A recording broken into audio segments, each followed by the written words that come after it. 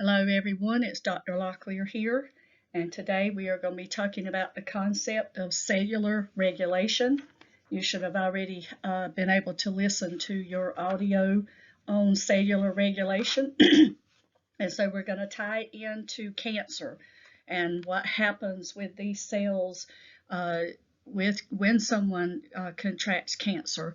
And we know that with cancer, the cells are invaded by cancerous cells, excuse me, and it causes a irregularity in the cell. So that's one reason it is under the cellular regulation, because the cells are altered in a patient with cancer, and the cancer cells take over.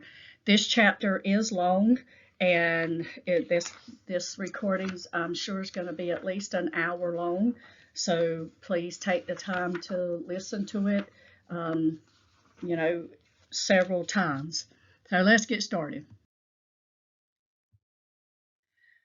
So what are our outcomes? We want to talk about the pathophysiology of cancer. How does it develop? What happens? And sometimes they don't know. They don't know what causes these cells to become abnormal and go through a process of mutation into an abnormal cell. We're going to talk about the causes of cancer. And of course, you probably already thinking, well, smoking. Yes, smoking is one cause. What are the risk factors? What puts a person at risk for cancer, and how can we prevent it, and how can we educate people on prevention strategies? What are the clinical manifestations? What do you see with cancer?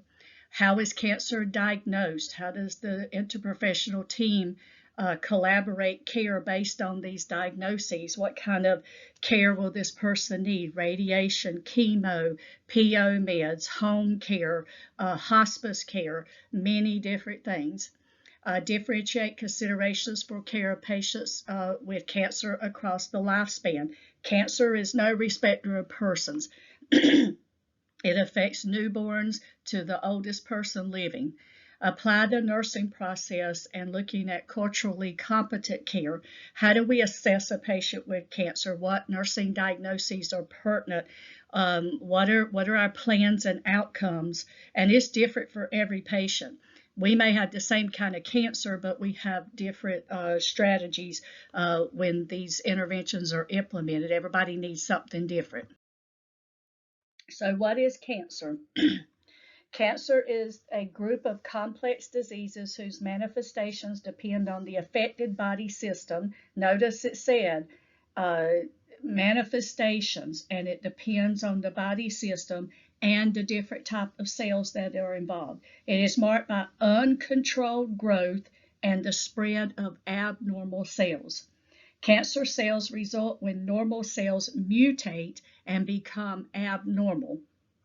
And so they deviate cells, and then they penetrate or perpetuate into that particular body system where the cells are affected, such as breast cancer, and it penetrates the breast and takes over.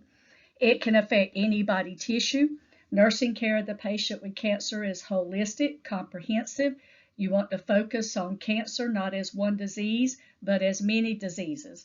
The nurse needs to recognize that cancer disrupts tissue growth, and when that happens, it can penetrate your organs and cause organ failure and lead to secondary diagnoses. So it's very disruptive and life-threatening. It affects the whole individual and the people who are caring for that individual. When we hear the cancer word, we become very frightened. So psychosocially, there's a lot of emotions going on because we know some cancers can't be cured. And so a lot of people that get cancer, they automatically believe that they're terminal. And that can be very scary. Nursing interventions are based on understanding that cancer is a chronic disease. It can have acute episodes. It can be treated in the home, and it's usually a combination of different modalities. Like I said, radiation, chemo, PO meds, pain meds, nutrition consult, many things, surgery. Equally important, the nurse recognizes that caring for the patient with cancer involves prevention, early detection, treatment, supportive care, long-term care, because remember it's chronic, and follow up, and for some patients, end-of-life care, or what we refer to as hospice. So what does oncology mean?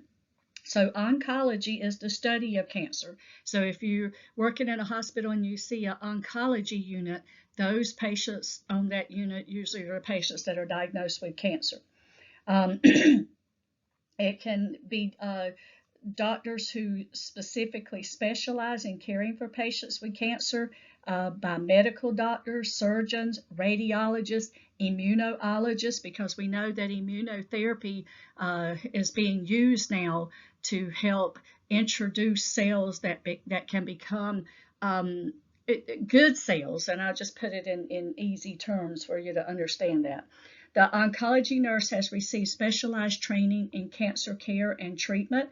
So oncology nurses know how to provide IV chemo and how to handle those medicines. A lot of chemo drugs can't be touched with your bare hands because it can cause skin irritation and issues for the handler.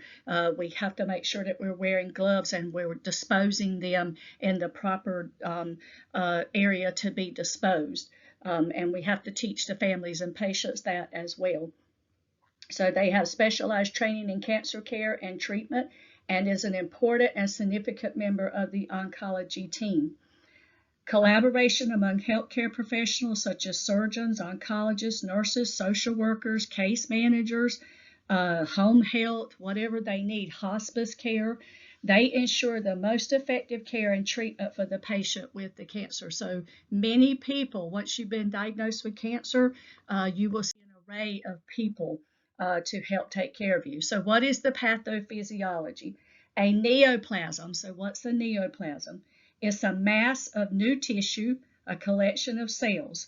They grow independently of its surrounding structures and has no physiologic purpose.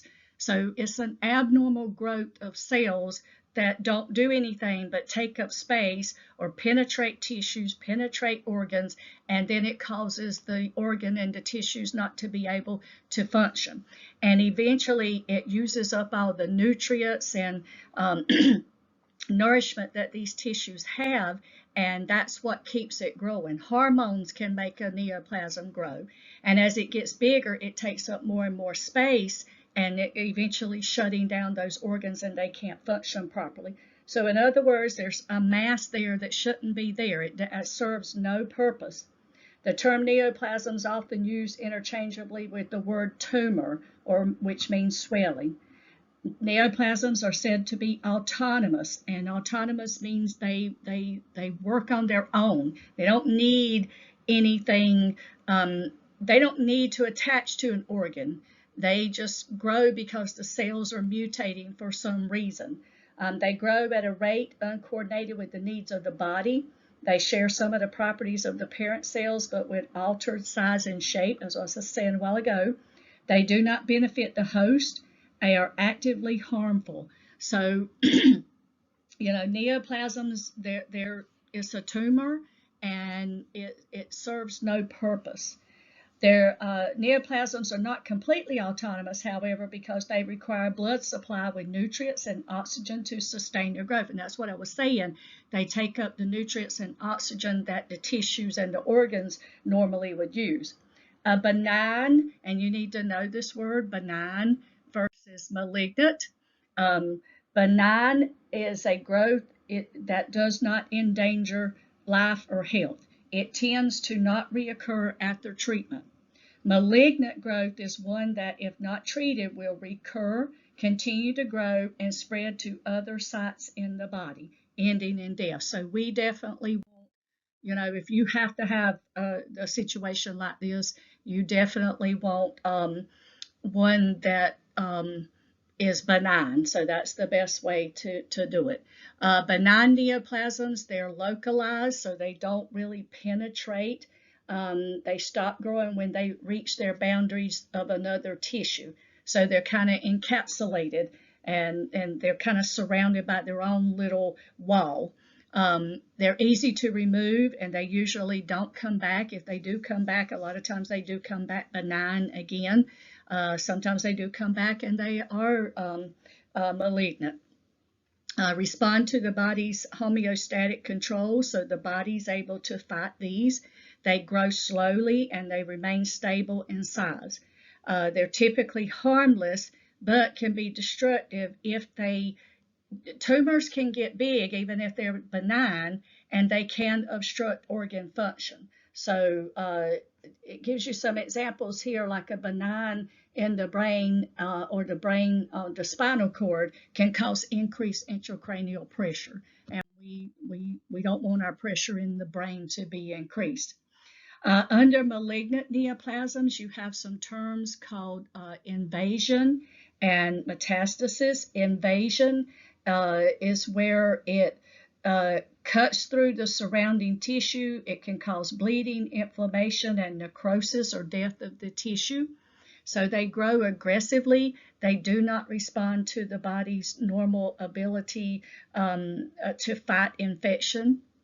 They cut through that surrounding tissue. They cause an invasion. They can cause bleeding, inflammation, and cut off the nutrients and oxygen and cause necrosis to the tissue. Metastasis, and a lot of people call this metastasis, but the proper way to pronounce this is metastasis. Spreads to other parts of the body. So in other words, the tumor grows. Look at table 2-2 on page 47. Benign you see as local, cohesive, slow growth, encapsulated, whereas malignant is invasive, it invades, it grows rapidly, and it spreads. So you may see a spread in other tissues. You have characteristics of the malignant cells. So you have loss of regulation of the rate of mitosis, and this results in rapid cell division. Loss of specialization and differentiation. So malignant cells do not perform typical cellular functions. Many produce hormones and enzymes similar to those of the parent tissue, but usually in excessive amounts. Loss of contact inhibition. Malignant cells do not respect other cellular boundaries, they invade. Progressive acquisition of a cancerous phenotype. Cellular mutation seems to be a sequential process involving successive generation of cells. In addition, malignant cells seem to be immortal. They do not stop growing and die. My mother died with cancer, and during her process, she got some chemo and some radiation. Well, the radiation was able to shrink one of her 3 tumors, but the other 2 tumors got bigger during radiation. So sometimes the treatments do not work. Irreversibility. The transformation into a malignant cell is irreversible. Rarely does it revert to benign. Alters cell structure. So when they do the cytology examination, it reveals distinct differences in the cell nucleus and the overall shape. Simplified metabolic activity. The work of the malignant cells is simpler than that of normal cells. They show an increased synthesis of substances needed for cell division, and they have no need to create proteins for the specialized function of the tissues. Transplantability. They often break away from the primary and they travel to other locations, again, metastasis. An ability to promote their own survival. They create ectopic sites, produce their own hormones that they need for growth. They have the ability to initiate vascular permeability, so they can get into our vascular system. And you know, our vascular system's all over our body, so that really helps the cells to spread. Like if you have cancer in your breast, where we've got lymph nodes under our arm, they'll test your lymph nodes to see if there's any cancer there, because it can metastasize so quickly, and we have the lymphatic system throughout our whole body, so it can spread really rapidly if it gets in the lymph system. The malignant cells divert nutrition from the host to meet their own needs, and so, you know, they like I said, they take up the nutrients and the oxygen of their normal tissue and use it for their own growth. By diffusion, when the tumor is less than 1 millimeter and by means of the newly formed blood vessels thereafter, the cell is able to divert the nutrition only at 1 millimeter. If unchecked, malignant cells eventually destroy their host. And so usually with metastasis, people don't normally survive with metastasis. Tumor invasion and metastasis. Aggressive tumors have qualities that facilitate invasion. They cause pressure atrophy. They cause necrosis. It moves into the space where it's causing the atrophy. They have the ability to disrupt the basement membrane of normal cells, so they can mutate and destroy those cells and grow their own cells. Response to chemical signals from adjacent tissues, and this is called chemotaxis. And they also have motility. They're less tightly bound, and so they're easily separated and they can travel. This chemostasis is the movement of cells in response to chemical stimulus. So the malignant cells are able to move faster, they have motility, and they can permeate other tissues. Metastasis can occur by means of one or more mechanisms, including embolism in the blood or lymph. So like I said, our circulatory system and our lymphatic system. A blood or lymph node metastasis allows a new tumor to be established in a distant organ. So if you've got positive lymph nodes, then they're going to do a PET scan to see if there's any other hot spots, to see if you've got any tumors anywhere else. A tumor's ability to metastasize in this manner requires the following steps: intravasation of malignant cells through blood or lymphatic vessels and into the circulation, survival of the malignant cells in the blood. To survive, the cell must escape the notice of the body's immune surveillance, about 1 in 1,000 cells. Extravasation from the circulation and implantation in new tissue. So they invade cells and then they can move on and invade new cells, and they can implant wherever when there's metastasis going on. The tumor cell tends to clump together, forming an embolus, and continue growing until their size prevents further travel in the vessel or the lymph channel. The growing neoplastic mass then uses its invasive ability, secreting enzymes and motility factor, to move into the nearest organ. So again, they can invade organs very quickly. Lung cancer frequently metastasizes to the adrenal glands, and breast cancer frequently metastasizes to the bone, especially if you get diagnosed with breast cancer later in the stage. Malignant cells that gain access to the lymph channels can travel to a preferred organ and then move in the same way through the blood vessels. The malignant cells may alternately become trapped in the lymph node, and then they continue to grow. The malignant cells eventually replace the node's tissue. And see, and our lymph system helps us fight off infection. So if we've got cancer invading it, then our ability to fight infection is going to be affected. A malignant tumor may break through the walls of the organ in which it's primarily housed. It is the process shedding cells into the nearby cavity. Those cells are then free to establish new tumors in the distant cavity. Malignant cells from a colon cancer may be seeded into the peritoneal cavity, establishing a new tumor in the mesenteric epithelium, and that's in the bowel area. Metastatic cells do not resemble the tissue in which they reside. The most common sites of metastasis are the lymph nodes, liver, lungs, bones, and brain, because our lymph system filters all of the fluid in our body. It helps us fight infection. Liver, lungs, and the bone makes red blood cells, and then our circulation goes through all these major organs, so these cells are traveling in the circulation. Cells may escape detection in several ways. Aggressive cells may compile a large mass greater than 1 centimeter, and 1 centimeter is not that big. It's 1 centimeter, and you could, have terminal cancer. The tumor, let me back up. Aggressive cells may compile a large mass greater than 1 centimeter so rapidly that the immune system is unable to overcome the tumor before it takes hold on new tissue. 1 centimeter, just 1 centimeter. For tumor cells to be recognized as foreign by the immune system, they must display on their surface a special antigen called TAA, tumor-associated antigen.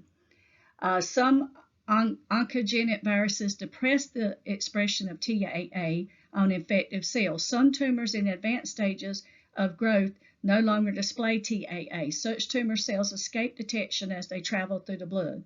If the individual's immune response is weakened or altered, then a metastatic tumor may take hold with little opposition.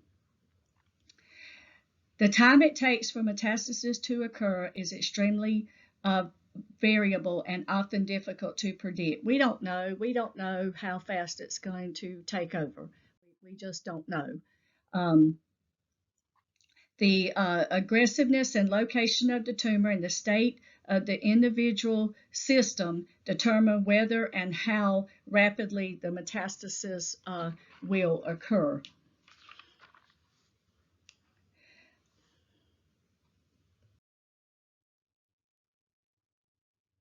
And I'm looking at slides because I don't want to get ahead of myself. Okay. So I just wanted to catch you up on the slides here. So anyway, metastasis is serious. The cancer cells are traveling and they can lodge anywhere. So we need to know if when someone's diagnosed with cancer, like I said, they'll do a PET scan to see if there's any other hot spots. And then treatment is based on the number of areas that they find with this patient. So what happens with immune system response? When the immune system discovers a neoplasm, it tries to destroy it using the resources of the body. Sure, our own immune system kicks in. The body mounts an all-out assault on the fiery invader, calling on many resources, chemical mediators, hormones, enzymes, blood cells, antibodies, proteins, and inflammatory and immune response. These protective responses also mobilize the fluid, electrolyte, and nutritional systems. This massive effort requires tremendous energy. If the neoplasm is small enough, microscopic, the immune system can destroy it and a tumor will never manifest. A neoplasm of 1 centimeter, which is not big at all, about the size of an eraser on a pencil, is large enough to overwhelm most immune systems. However, the body will continue trying to fight until it reaches the stages of exhaustion and is no longer capable. Many patients with cancer present with fatigue, weight loss, anemia, dehydration, and electrolyte imbalances. And I would definitely remember that. So what are the causes? Theories of carcinogenesis, or the production of origin of cancer, include the involvement of cellular mutation, oncogenes, and tumor suppressor genes. Two important concepts for the etiology: damaged DNA, whether inherited or from external sources, and impairment of the human immune response. So either one of these.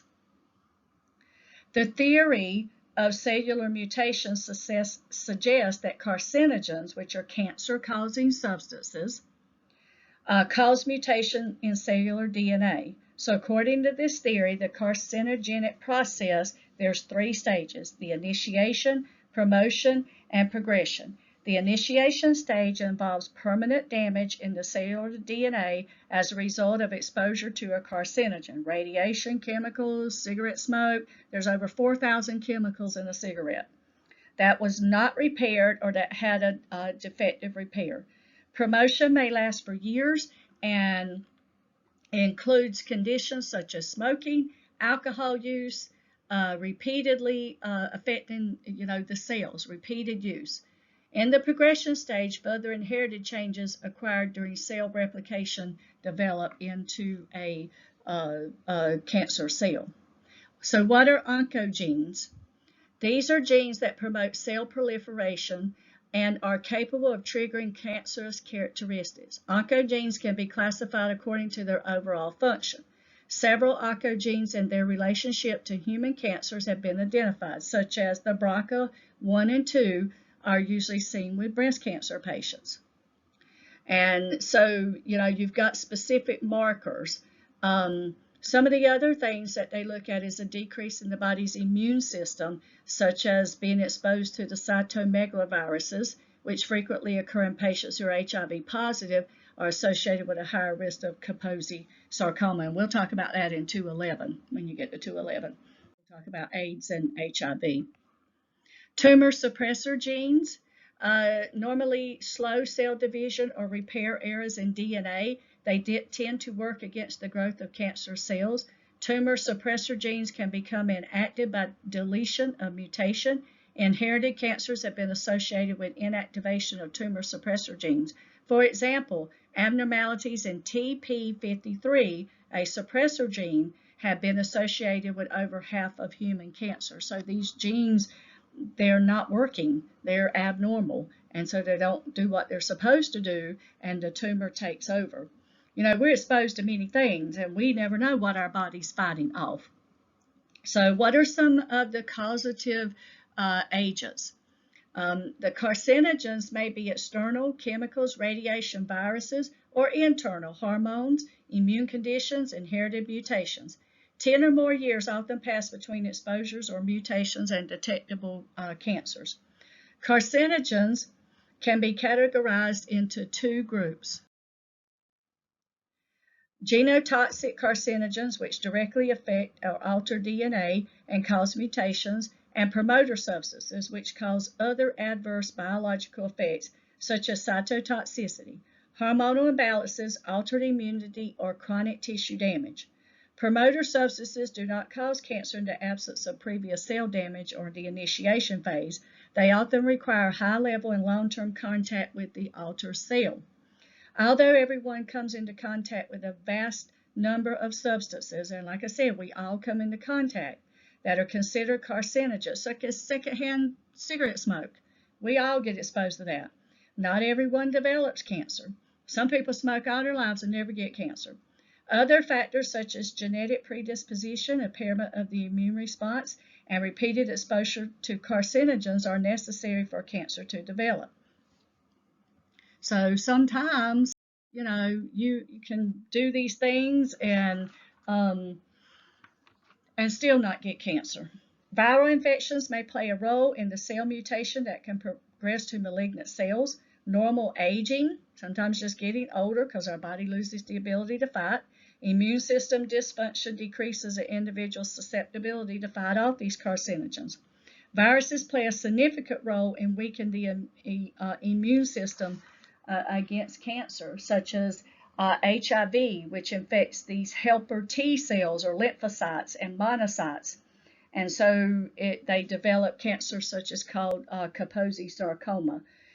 Look on page 50, box 2-1, cancers associated with viral etiology or causes. You have herpes, the human cytomegalovirus, Epstein-Barr, human herpes virus, hepatitis B, papillomavirus, papilloma, and the human T lymphocyte viruses. So what are some of the risk factors? Age, getting older, but people over age 50, they go through hormone changes, those type of things. Gender, women are more susceptible to breast cancer, but men do get breast cancer. Poverty, because we don't have access and we don't eat healthy foods and we don't get checkups. That leads to stress and diet, because if we live in poverty, it's a very stressful environment to be unable to pay your bills and live a healthy lifestyle. Infection, again, we've talked about viruses and those type of things. One thing I wanted to bring out for diet, it says other food-related substances believed to increase cancer include sodium, saccharin, red food dyes, and both regular and decaffeinated coffee. There's a lot of studies done on coffee. Some say coffee helps protect your immune system. Some say that it doesn't. Eat a uh, um, high fiber diets that are high in fat and low in fiber can lead to colon cancer and pancreas cancer and things like that. And people that have diabetes are very susceptible to liver cancers and pancreatic cancers as well. Occupation, things that we're exposed to, chemicals, x-ray technicians, again, infections, all the viruses that are listed for you. Tobacco use, we know that in the nose, the mouth, the throat, and the lungs, esophageal cancer it can be one as well. Cigarettes have definite known carcinogens in them. And, some people get cancer from it and some don't. Alcohol, because a lot of people that smoke drink as well, but alcohol is very irritating to the esophagus and the larynx and the stomach, which pulls away the protective lining of these areas and makes us more susceptible to cancer growing. Recreational drugs, some studies suggest that smoking marijuana can increase lung cancer. People that are, persistent drug users just don't take care of themselves, and they can end up with cancer just from the lack of proper nutrition or smoking and things like that. Obesity, because we have excessive amount of hormones that feed the hormone-dependent type of cancer, such as breast cancer, and then sun exposure, and that is called melanoma, and that is one of the hard ones to treat because it gets up under the skin, and sometimes when they're cutting it out, it's a lot deeper, and it can metastasize very easily as well. Making healthy lifestyle choices. So how do we prevent cancer? Avoid smoking, avoid secondhand smoke, limited alcohol consumption, eat a diet high in fiber, fruits, vegetables, low in fat, low in sugars, wear sunscreen. Your book doesn't particularly here say what type of sunscreen to wear, but in another chapter that I cover in 211, it talked about wearing sunscreen of 50 SPF, not 50, 15. But it didn't say that here in your chapter. But if you're educating patients, I would definitely suggest like 30 or higher. Avoid prolonged exposure to the sun because we know the sun, it alters our skin. It can cause burns, and it can cause mutation of those cells. Follow occupational safety protocols. Wear the equipment and things that you're supposed to wear where you work. Look at, before I get to, well, let's see. Look on page 52, and this does fall under clinical manifestations. It talks about a disruption of function. And so what are we looking at here? Obstruction or pressure can cause anoxia and necrosis, so lack of oxygen to the tissue, which in turn causes a loss of function of the involved organ or liver. A kidney tumor may progress to renal failure. Pressure against the superior vena cava in your heart from an adjacent lung tumor or tumor-infiltrated lymph nodes can interrupt the blood flow to the heart. In the liver, either a primary or a hepatocellular cancer or a metastatic lesion can have several significant effects as well. And so, listen to this, because more than 1 liter of blood per minute passes through the liver via the portal vein, obstruction to this flow by a tumor can cause portal hypertension, which is deadly. You will die from that. The results in the backup of fluid and increased pressure in the splenic circulation. The end result is ascites, so you have third space fluid. The fluid comes out of the cells and the tissue, and it gets up under your skin, and your stomach becomes very obtunded. That's what we call it, obtunded. And so you have ascites and varices, which are swollen and engorged blood vessels, which will rupture in the esophageal area and the gastric and hemorrhoids and in your bowel area as well. And see here, like a disruption of function. This is a person with breast cancer, and look how it's just eat through the tissue and cause this tumor to just keep growing and growing. And I particularly chose this picture because that's what happened to my mother. She had cancer in her lymph nodes, in her she had adrenal gland cancer, not adrenal gland. She had oh, I can't think. I'm brain dead. But anyway, she had cancer in her lymph nodes under her arm, and it ate her breast off like that, and her breast was completely black and dark like that. It was very traumatic. It was. Hematologic alterations. So they impair normal function of the blood cells. So like it lists several here for you, like leukemia, GI tumors, tumors. So, these tumors, again, take up space in those tissues. So for leukemia, you have immature leukocytes. They cannot perform normal protective phagocytic functions. So in leukemia, your white blood cells are not mature enough to fight. GI tumors, this is your gastrointestinal tract, they disrupt absorption of vitamin D and iron, which can cause all kinds of neurological problems. Tumors deprive bone marrow of necessary purines and folate, so you're not able to produce red blood cells.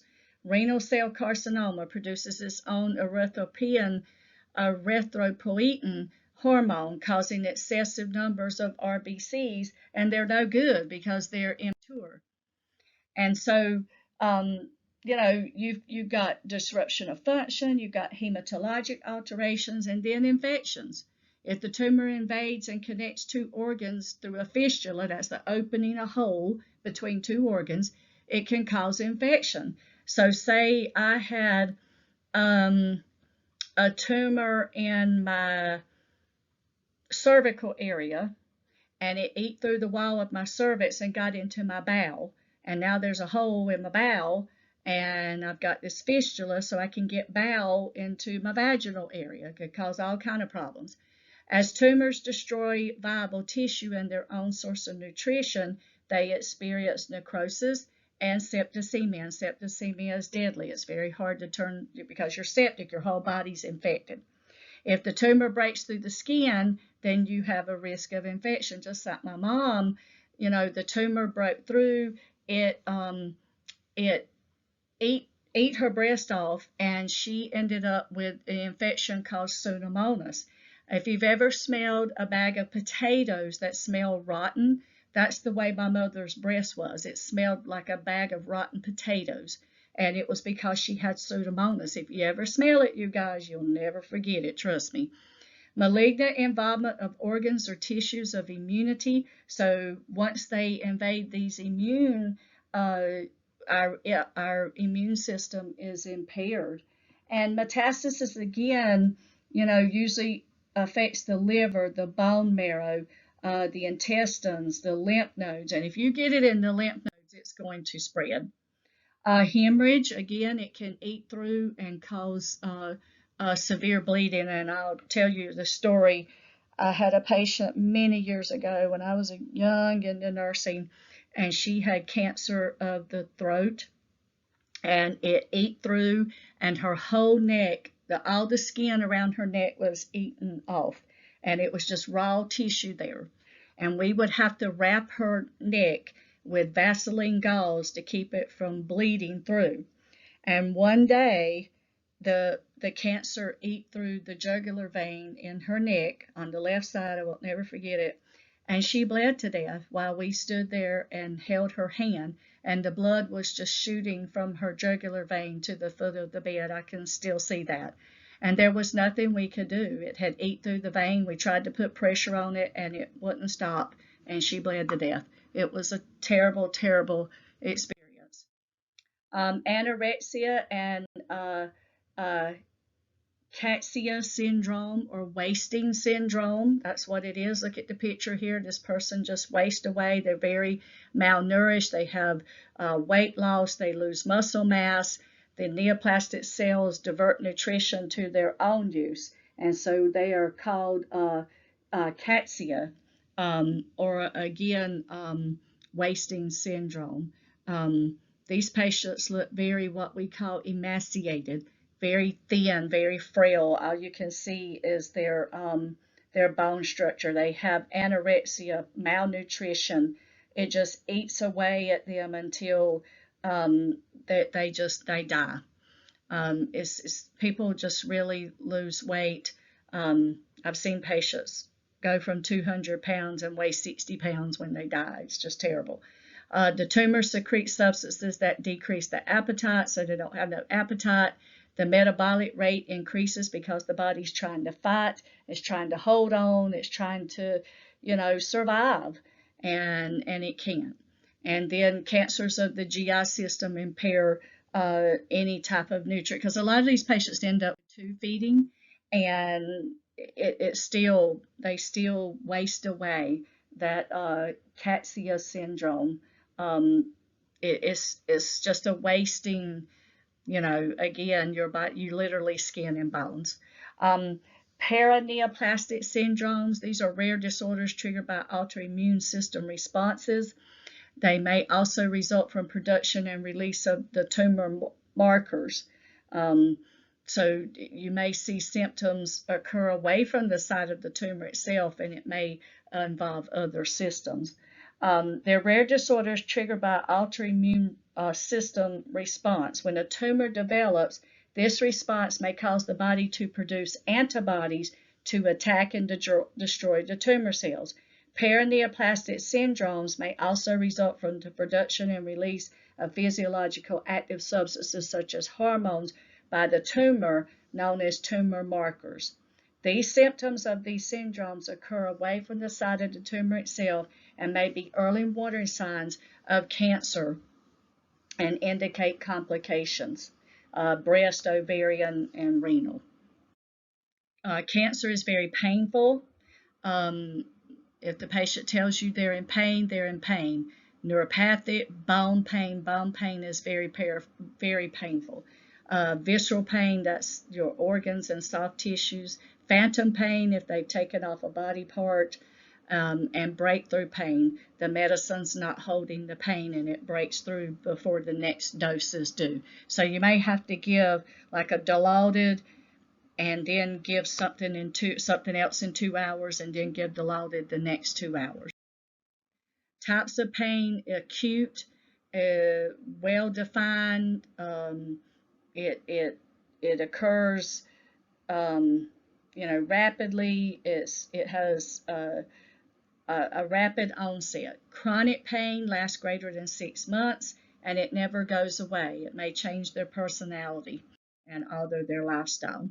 Causes of cancer pain: direct tumor involvement. Again, that tumor invades those tissues, it takes it over, and it's growing in a space where there shouldn't be. Imagine cancer growing in the bone marrow of your bone. The bone marrow is in the inside of your bone, it's very narrow.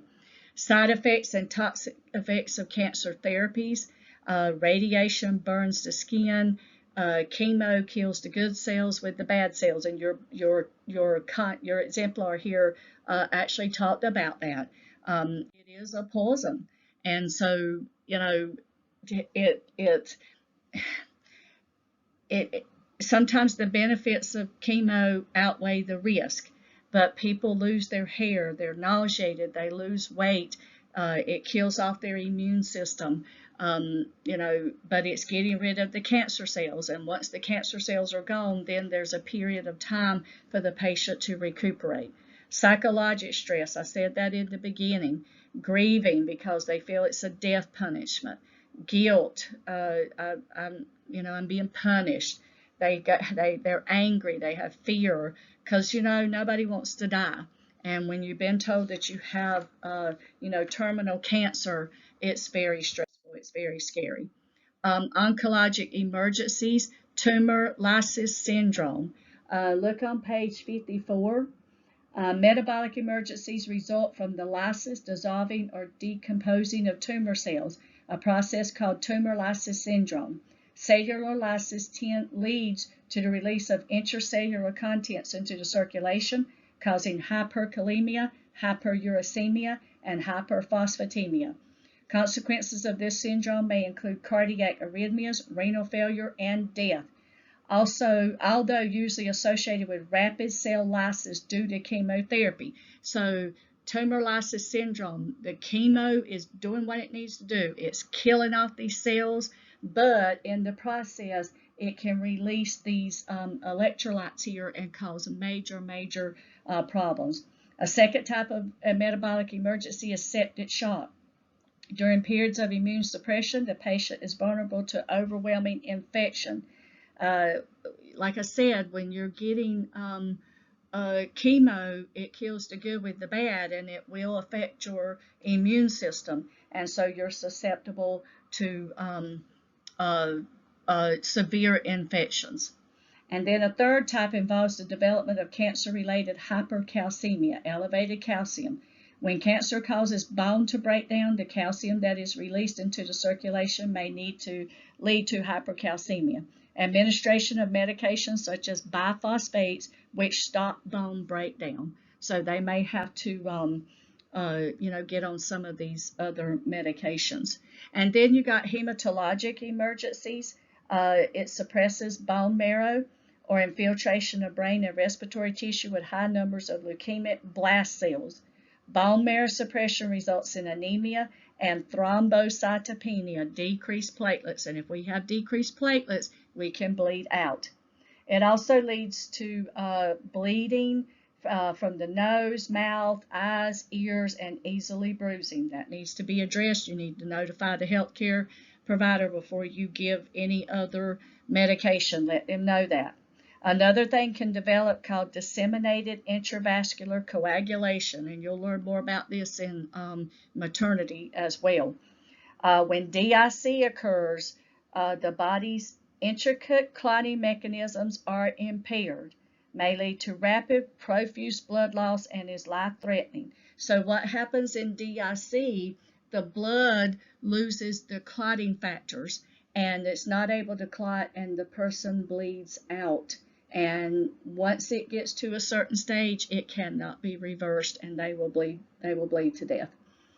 Space-occupying lesions, we've already talked about that and earlier in the recording here. Collaboration, so who do we collaborate with? Some of the diagnostic tests: X-ray, CT, ultrasound, MRI, PET scans, biopsies, pap smears, enzyme tests, RBC, WBCs, all kinds of blood work. Look at table 2-3, and that's on page 56, and it gives you some terms for benign and malignant neoplasms. It also talks about staging, and it talks about markers too. Just read over that, okay, because that's just a lot for you all to take in. On page 55, it talks about the clinical manifestations and therapies, and we've already talked a lot about these. Just make sure that you read over those. But there's lots of diagnostic tests that can be done. They can look at all kinds of things. And here you see, again, a tissue biopsy, a pap smear, sputums, lymph node biopsies. They're actually looking at the tissue to see if there's any mutations there. Classification, naming the tumor. So you have classification, grading, and staging. And so classification is naming the tumor. It's named for the tissue or cell of origin. And then some names incorporate the name of whoever discovered it. Grading is the aggressiveness of the tumor, grades 1 through 4, and this is on page 155, and staging is on, 55, and staging is on 55 as well. Again, table 2-4 talks about the different kinds of staging, and the worst one being is metastasis. we know that that spreads. Again, there's your staging, and make sure that you read over that, okay? So you got your the TMM staging model here. And for the staging, the T stands for the relative tumor size, depth of invasion, and surface spread. N indicates the presence and extent of lymph node involvement, and M denotes presence or absence of distant metastasis. So the tumor size, the depth of the invasion, and the surface spread. And remember, 1 centimeter can overwhelm the body. Node, presence and extent of node involvement, and metastasis, presence or absence of any spread. And like I said, they'll do PET scan. Cytologic examinations, histologic and cytologic. Histologic, they look at the blood. Cytologic, they're looking at different types of tissue, and they may aspirate fluids, and they may do a scrape, they may do a biopsy. Tumor markers, and it talks about tumor markers on page 56. And so you have a protein molecule detectable in the serum or other body fluids. And so they look for these biochemical markers. Some of the cancers identified using tumor markers are breast, ovarian, colon, lung, and liver. And then tumor markers fall into 2 general categories. Some of the examples of tumor markers are antigens, hormones, proteins, and enzymes, and that's on page 57. I'm trying not to make this too long. I'm already almost at an hour. Imaging, x-rays, CAT scans, MRIs, ultrasound, nuclear imaging, do like a PET scan to see if you have any hot spots. They'll go in and do, these tests to see where the tumor is. They can go in and do a sigmoidoscopy, cystoscopy, and endoscopy to go and look from your throat all the way down to your rectum. And then your lab test or blood test, CBCs, WBCs, RBCs, they're looking for alterations. Like in leukemia, the WBC would be elevated, but their WBCs are immature. Blood, urine, and other body fluids, sputum, urine. They may take a tissue sample from the lung. And then surgery, removing the cancerous lesion if possible, and it does depend on the amount of metastasis. Some tumors can't be removed because they're so embedded into the organs, they couldn't take it out without you running the risk of bleeding to death from it being removed from the organ. May also be used for diagnostic purposes, so they would do surgery to do a biopsy or to remove some of the tumor just to relieve the pain. Pharmacological agents, chemotherapy. Cancer cells are more susceptible than normal cells. Normal cells will be damaged. Again, it kills the good with the bad. Administered by numerous routes, IV, PO, through port, triple lumen, topical, intramuscular, subcutaneous, many ways to give cancer or chemotherapy drugs. Goal is to kill the most possible cancer cells, allow patient's immune system to respond. And your book on page 59, it talks about the different kinds, the categories of chemo, alkylating agents, anti-tumor antibodies, anti-metabolites, hormones and hormone agonists, biological response modifiers, and topical targeted therapies, and then natural products. Some of the goal is to, again, kill the cancer cells and reduce or shrink the tumor so they can do surgery. Look on page 59. It says safety alert. Workplace exposure to anti-neoplastic agents is believed to be linked to the development of cancer, as well as cancer causing adverse reproductive effects, including infertility, spontaneous abortion, and birth defects. Pharmacists who prepare chemotherapy agents and the nurses who administer the drugs are included among the individuals at greatest risk for exposure to anti-neoplastic agents. Adherence to safety regulations regarding the preparation and handling of these anti-neoplastic agents remains voluntary. However, nurses and other individuals who are exposed to these agents are urged to follow and establish safety guidelines and standards. And a lot of your hospitals will make you do that. And that's what I was saying earlier in the lecture here, or the recording, that you got to be careful how you handle these. Radiation therapy, the goal is to shrink prior to surgery, prevention of post-operative tumor reoccurrence, eradication of the cancer cells. Sometimes it's used for palliative care. It aims to not cure, but to relieve some of the symptoms. Children and adolescents, psychosocial needs, the parents, they need a lot of resources, treatment options for the child, and how do they integrate the needs of the child into the lifestyle. Children don't understand what's going on. Look on page 60, here's a picture of a child that's already lost their hair. How do you explain that to a child that they're sick? Sometimes you have to use their doll or a toy or something to demonstrate it, and you have to gain their trust. A child developmental stage affects the reaction, because as they get older, they do start to understand more. Involve them in the care. Don't talk around them, okay? Tell them what you're going to do, and try to stay positive, have a positive relationship. On page 60, there's patient teaching, parents of children with cancer. Please read over that, because these are some good key bullet points. And again, this lecture is getting really long. Long-term effects of radiation: impaired growth of bone, so it can stunt their teeth and their bone growth. Chronic pain from skeletal toxicity. A lot of people have adverse effects of radiation and chemo for a long time after they have it. Some people never get back to normal. Hypothyroidism, so it can cause your thyroid to quit working. Effects to the cardiac and pulmonary: you can have toxicity from the radiation. It can delay puberty and cause sterility and cause neurocognitive performance. Some people have, after they've had radiation and chemo, they have a lot of issues with their legs and their feet and different things.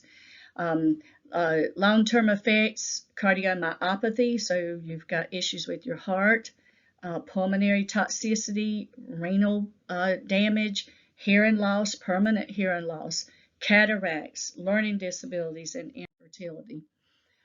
Children and adolescents, they're high risk for developing cancers, more seen in adults, and a lot of, adolescents smoke. Survivors may have higher rates of depression and suicide or suicidal ideation, because teenagers just don't know how to deal with, the prospect of dying from cancer.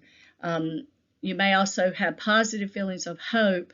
We want to stay positive, give them, some encouragement, walk them through the processes. Pregnant women, some cancers can spread to the placenta. Most cannot spread to the fetus. Delayed diagnosis, and sometimes you don't even know. I used to work with someone, and she didn't know she had a tumor in her lung, and she didn't know it till she got pregnant. And as her hormones levels elevated, some tumors live off of hormones, she started having breathing problems. And when they did some diagnostic tests, they found out that she had some tumors. Well, she delayed treatment until her child was born, and then she had the child.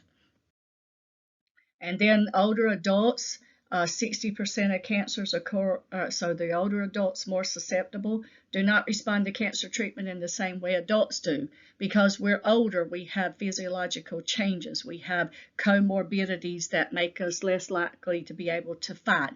And we're on other medications that can counteract with the chemotherapy drugs. Screenings for specific cancers for adults who have life expectancy greater than 10 years. And just like breast cancer, they keep changing it, and this book is not a 2022 book, but on page 63 it talks about screening for at age 40, or definitely getting a mammogram at 45. So if you're compromised, you may want to get a mammogram sooner than that. Okay. Nursing process. So we want to, you know, start with assessment. Assessment of the patient who is suspected of having cancer begins with a focused assessment of the organ system. Then it broadens to a full assessment. The patient who presents with a lump in the breast will have a focused assessment looking at the breast changes. And so, we want to talk with the patient and the families, give them emotional and physical support. They may be weak. Teach them self-care to avoid complications such as infection, good hand washing, eating a proper diet, putting a mask on, limiting the number of visitors that you have. At the first sign of a fever, call your doctor. A lot of times, when we're discussing things, we'll say, oh, do this and do that, but we don't give you all specifics. So those are some specific things to tell your patient. Focused assessment on the organ involved, full assessment of possible metastasis. You want to palpate and feel where the lump is. Observation and patient interview, level of consciousness. Are they coherent? Are they with it? What is their facial expressions? Are they saying one thing, but do they look distressed? Can you tell that this is really bothering them? What is their stage of health? What are their signs of discomfort? Rate their pain. Have them talk about their diet. When you get to the interview part of it, look on page 62, and there's multiple questions. What brought you in today? Do you have any history of other medical conditions? How do you manage your stress? Those type of things. Make sure you look at those. Those are great questions. Physical exam, baseline against to which to evaluate. So what was your baseline a year ago when you came in? Looking at the anthropometric measurements. Are you wasting away in your muscles? Lab results, RBC, CBC. Is your RBCs low? Is your hemoglobin and hematocrit low because you're bleeding somewhere from a tumor? And specific signs and symptoms, height, weight, pain, skin color. Do they look like they're pale and they have pallor? Look on page 63. Box 2-2, colorectal cancer for men and women, breast cancer, cervical and uterine cancer for women, and prostate cancer for men. Please read over that, okay? Here are your nursing diagnoses, risk for infection, risk for injury, imbalanced nutrition, acute pain, disturbed body image. I would have liked to seen one here about emotional psychosocial disturbances. Nursing goals, stay free of infection, sustain no injuries, reduce the pain, maintain your weight, maintain hydration, vocalize your feelings. You really need to talk about when you have cancer, you need to talk about it. Relate potential side effects of chosen therapies, list your strategies for coping. So, implementation, and this is where I'm going to kind of cut it off because there's 3 or 4 pages of implementation. So one of the first one is skin prevention. Again, avoid crowds, hand hygiene, diets high in protein, monitor your temperature, notify the doctor. Please read over the things to help with preventing infection. Then injury. How do we prevent injury? We don't want, if we get hurt, we have a break in skin, it could lead to a major infection. Our body's already compromised. Are you having personality changes, behavioral changes? Are you coughing a lot? Do you feel like you have a lung infection? Pain management. It says a cardinal rule of successful pain management is the importance of reducing or eliminating the cause of pain. And so, what do we do? Analgesics, pain meds, narcotics, keeping them comfortable in the bed, providing breakthrough pain. Said monitor analgesic effectiveness 30 minutes after administration. Did it work? Try to do diversion methods. Give them a warm bath. Give them a massage. There's so many things listed here. I could spend a whole just recording on the interventions that we need to do. Look on page 65. When patients with cancer should call for help, temperature of 101.5, severe headache, bleeding, confusion. This has gotten worse, okay? Balanced nutrition, we've already alluded to that. Um, it talks about managing problems that interfere with eating. Encourage small, frequent, low-fat meals. Avoid liquids with meals because liquids fill you up faster. And hygiene, we specifically talked about hygiene in here and using a soft bristled toothbrush because a hard bristled toothbrush will make your mouth bleed. Many things under nutrition. They may have to be on a supplement. They may have to be on medications for nausea and vomiting. They may be constipated from the medicines. Tissue integrity, as they lose weight, they're going to be susceptible to pressure injuries. It talks about in here the different types of infections you can get, candida in the mouth, stomatitis in the mouth, xerostomia, which is excessive dryness of the mucous membranes caused by chemotherapy. Keep the mouth hydrated. Let them sip on ice, water, or eat ice. Turn and reposition. Promoting a healthy body image. Allow them to talk about it and, observe their interactions with others. If they don't want to look at the dress and change, don't make them.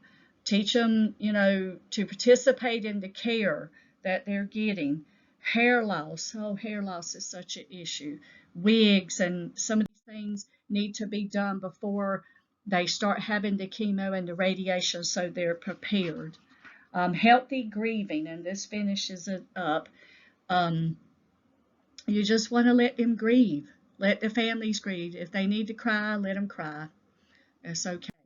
They need somebody to talk to. Encourage them to take part in enjoyable activities as long as they can. Encourage their loved ones and significant others.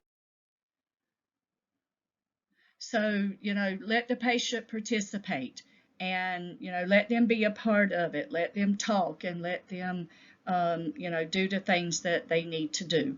Don't exclude them, okay? Give them encouragement and be there for them. Please make sure that you take this PowerPoint and use it as all of my PowerPoints. Take them as a guide to outline your chapter so you'll know what to go back and read. Thank you.